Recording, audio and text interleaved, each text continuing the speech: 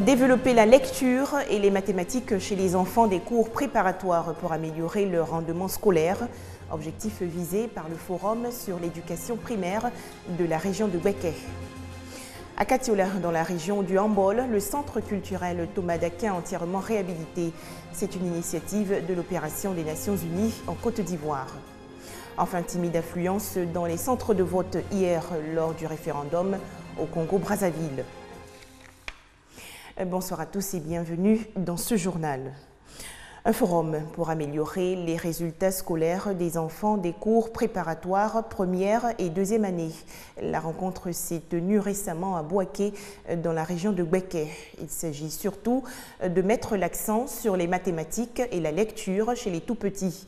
À noter que cette rencontre a été initiée par le projet de développement des ressources humaines pour le renforcement de l'administration locale dans les zones centre et nord de la Côte d'Ivoire. Tout de suite, les explications de Walter Amadou Ouattara de RTI Bouaké. 60% des élèves du CP1 de la région de Bouaké ne savent pas lire.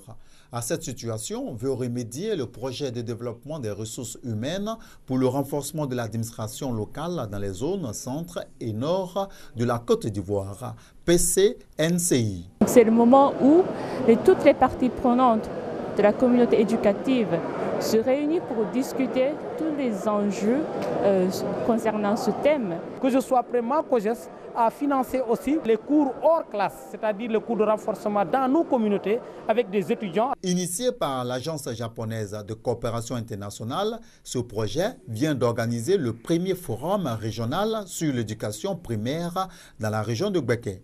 Thème de cette rencontre pour une école d'excellence, l'amélioration des résultats scolaires au CP au moyen de la lecture et des mathématiques. Cabran Assoumou, représentant la ministre de l'Éducation nationale et de l'enseignement technique, se félicite de la tenue du dit forum à Bouaké, puis exprime la reconnaissance de la communauté éducative de Côte d'Ivoire au Japon.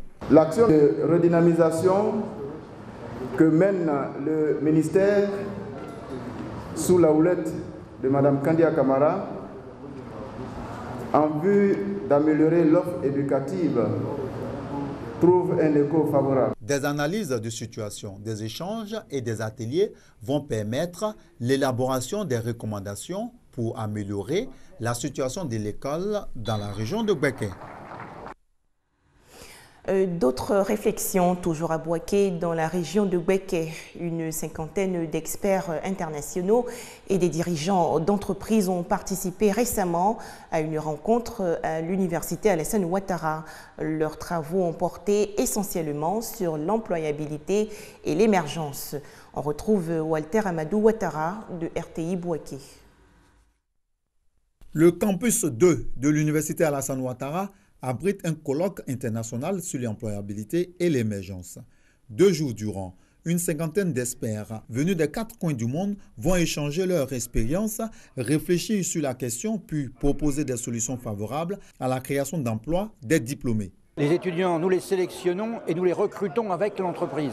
Et ça permet aux entreprises de se développer avec des gens bien formés. Si l'entreprise se développe, l'entreprise va créer d'autres emplois. L'initiative est de l'université Alassane Ouattara. Ce colloque international sur l'employabilité vise à préparer les diplômés en quête d'emploi à l'esprit d'entreprise. Nous avons fait en sorte que les spécialistes de la question de l'employabilité, en lien avec l'émergence, puissent venir ici à Bouaké pour nous permettre de procéder à un épluchage sans complaisance du concept même d'employabilité de façon à le rendre opératoire et cela au profit de nos étudiants. La meilleure utilisation de nos compétences pour le développement intégral de notre pays, donc pour l'émergence qui est un leitmotiv cher au président Alassane Ouattara, mais également l'employabilité qui est le cheval de bataille de notre ministre de l'Enseignement supérieur et de la Recherche scientifique qui disait qu'il n'était pas concevable que nos universités forment des chômeurs. Au thème de ce colloque international, on retient que ce sont des compétences formées et adaptées aux besoins du moment qui contribueront de façon significative à l'émergence de la Côte d'Ivoire. Et un peu plus à 55 km au nord de Boaké se trouve la ville de Katiola. Le centre culturel Thomas d'Aquin, qui avait subi les affres de la crise post-électorale, a été réhabilité et inauguré récemment. Et cela à la grande joie des populations du Yambol. À noter que les travaux de rénovation de cet établissement ont été effectués par l'opération des Nations Unies en Côte d'Ivoire. Léon Brou de RTI Boaké. Voici le centre culturel de Katiola, un cadre de rencontre entièrement rénové. Plus donc de problèmes d'étanchéité, d'électricité, etc. Le centre culturel de Katiola est désormais fonctionnel grâce à l'opération des Nations Unies en Côte d'Ivoire, ONUCI. Elle l'a réhabilité à hauteur de 100 millions de francs CFA pour favoriser le brassage culturel et la promotion de la cohésion sociale. C'est un cadre qui doit servir pour les échanges et les dialogues entre les communautés. Nous formulons le vœu que tous ces échanges, toutes ces réunions, toutes ces rencontres aillent dans le sens de la promotion de la réconciliation nationale et du renforcement de la cohésion sociale. En recevant le nouveau centre culturel de Katiola, élus et cadres de la région du Yambol ont dit leur reconnaissance à l'ONUCI. Je voudrais d'abord dire un très grand merci à l'ONUCI. Nous sommes très heureux que ce centre culturel retrouve sa fraîcheur d'antan. Nous sommes les plus heureux vu que nous sommes les bénéficiaires de ce centre culturel réhabilité et nous comptons en faire un bon usage. Le centre culturel réhabilité de Katiola a été construit en 1979 dans le cadre des fêtes nationales tournantes. Il est tombé en ruine du fait de la crise. Toujours en Côte d'Ivoire, la communauté catholique exprime sa solidarité envers ses frères musulmans. La Commission nationale de dialogue interreligieux a en effet organisé une messe de requiem pour les victimes de Mina lors du Hajj en Arabie Saoudite. Des prières ont été dites à la paroisse Notre-Dame de la Tendresse dans la commune de Cocody. C'est un reportage de Doigt de Laser. Messe de requiem à la mémoire des pèlerins musulmans victimes de la bousculade dans la vallée de Médine en Arabie Saoudite. La Commission nationale du dialogue interreligieux exprime ainsi sa solidarité et sa compassion à la communauté musulmane en général et en particulier celle de la Côte d'Ivoire qui a enregistré 50 décès, 14 disparus et de nombreux blessés. Dans son homélie, Monseigneur Marie-Daniel Dadier a imploré Dieu Tout-Puissant pour le repos de l'âme des défunts et également pour le prompt rétablissement des blessés.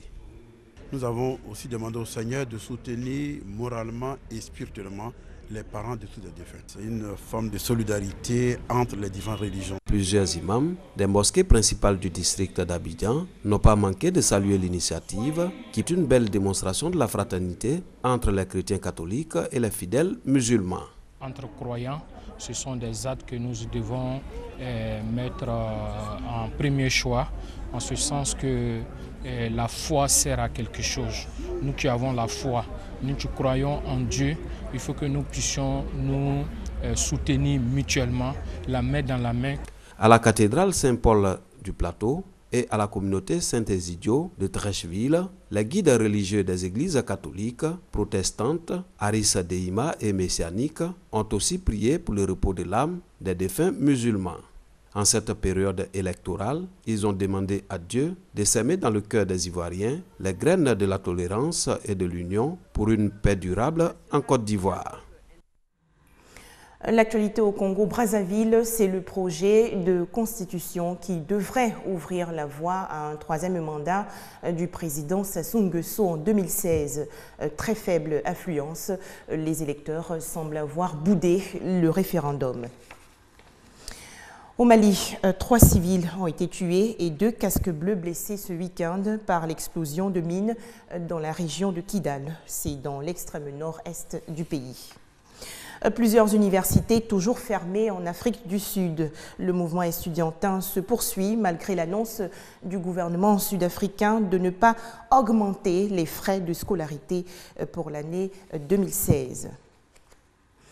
On a voté hier pour les législatives en Pologne et les conservateurs eurosceptiques du parti Droit et Justice ont obtenu la majorité absolue, 238 sièges de députés sur 460. L'actualité en Russie voisine, c'est la trouvaille des populations pour faire face à l'embargo imposé par le Kremlin depuis 2014 sur les produits alimentaires occidentaux. Mesure prise en réponse aux sanctions liées à la crise ukrainienne. Les Russes, friands de fromage français ou hollandais, se lancent aujourd'hui dans la fabrication de fromage de chèvre ou de mozzarella fait maison. Tatiana ne quitte pas sa casserole des yeux. Cette jeune moscovite est en pleine fabrication de mozzarella. Le lait commence à coaguler, ça veut dire que ça marche.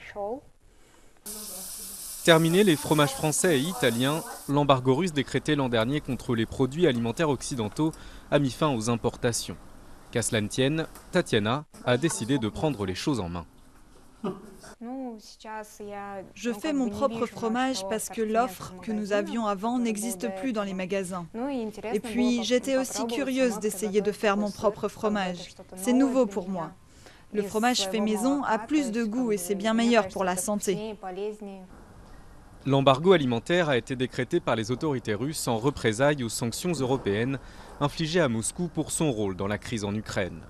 Une aubaine pour les sites internet et les ateliers de fabrication où les Russes apprennent les rudiments de fabrication du fromage à faire chez soi.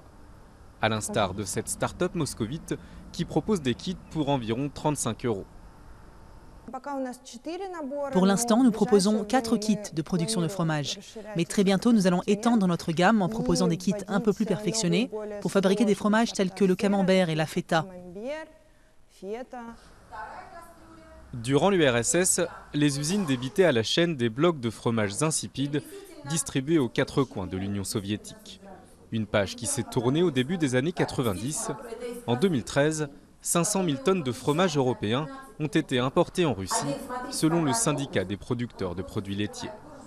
Pour pallier la disparition de ces mets, les autorités ont misé sur la production nationale. La production de fromage russe a augmenté de 25% cette année, avec des résultats mitigés. Le problème, c'est qu'il y a très peu de producteurs qui sont spécialisés dans le fromage en Russie. Et il est difficile de trouver du lait de qualité. C'est ce qui explique la croissance aussi fulgurante des ateliers de fabrication de fromage à faire soi-même à la maison. Aucune date n'a encore été fixée pour la levée de l'embargo alimentaire. Ces producteurs de fromages improvisés ont encore de beaux jours devant eux. Enfin, l'Asie du Sud frappée aujourd'hui par un violent tremblement de terre. La catastrophe a fait près de 200 morts au Pakistan et en Afghanistan. Voilà, je vous souhaite une très belle soirée sur RTI2. À demain, 19h30.